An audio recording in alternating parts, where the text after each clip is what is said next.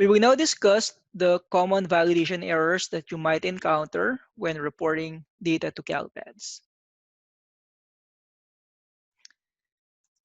Here's the list of common errors that you will encounter.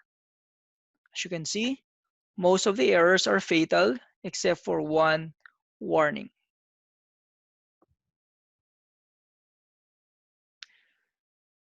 So let's now discuss some of the common errors. So let's first discuss GER 1. GER 1 triggers when the record is missing required fields. For this particular scenario, the CTE pathway code is missing, as indicated by a blank CTE pathway code in the error detail modal.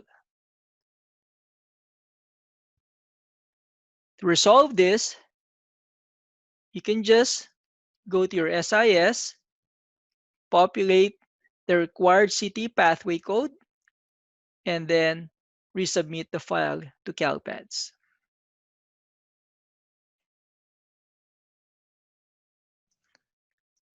Next is the GER 7.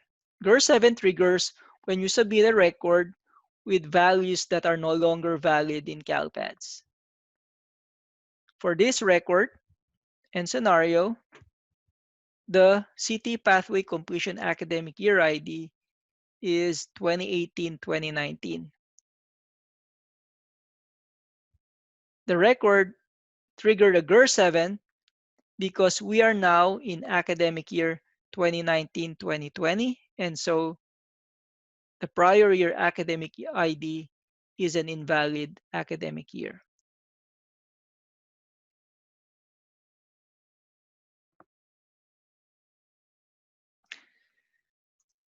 The next error is SCTE 0242, wherein the CTE pathway completion academic year ID does not match the current academic year.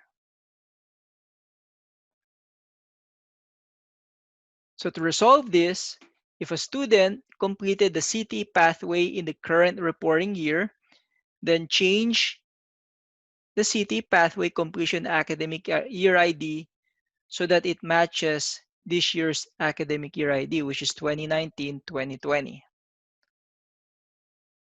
Or if the student completed the CTE pathway in a prior reporting year, delete the record, since that record should have been reported in that reporting year.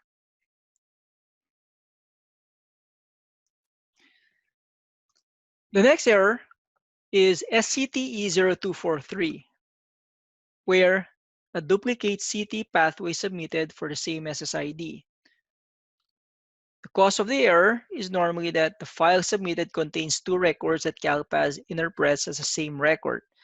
So a way to resolve this is to just delete one of the duplicate records and resubmit the file.